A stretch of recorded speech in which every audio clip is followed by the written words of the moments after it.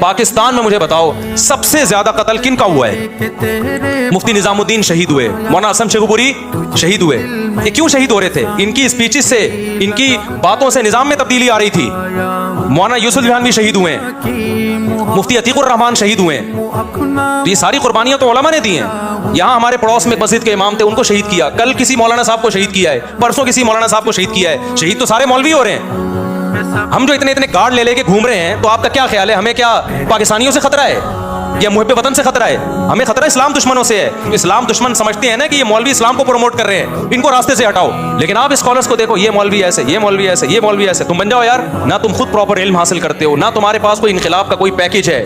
بند گلی میں لا کے آپ عوام کو بند کر رہے ہو، اور اس کے بعد ان کے پاس کوئی راستہ نہیں ہے. تو کوئی بھی شخصیت جو آپ کو علماء سے ہٹا کے کہے کہ ہم تقلید نہیں کرتے، سمجھ لو وہ اپنا مقلد بنا رہے ہیں آپ. تو ایسے لوگوں سے آپ نے ہوشیار رہنا ہے، اور دعا کیا کرو کہ اللہ قیامت میں ہمارا حشر علماء کے ساتھ کرے. میں تو کوئی دعا ایسی نہیں ہے جب میں ہاتھ اٹھاؤں تو میں اس میں یہ دعا نہ مانگتا ہوں کہ اللہ میرے عمل تو اس قابل نہیں ہے کہ میں علماء میں میرا شمار ہو، لیکن میں ان علماء کے نام لے کے دعائیں مانگتا ہوں، اللہ میرا حشر ان لوگوں کے ساتھ کرنا، اللہ میرا حشر ان لوگوں کے ساتھ کرنا.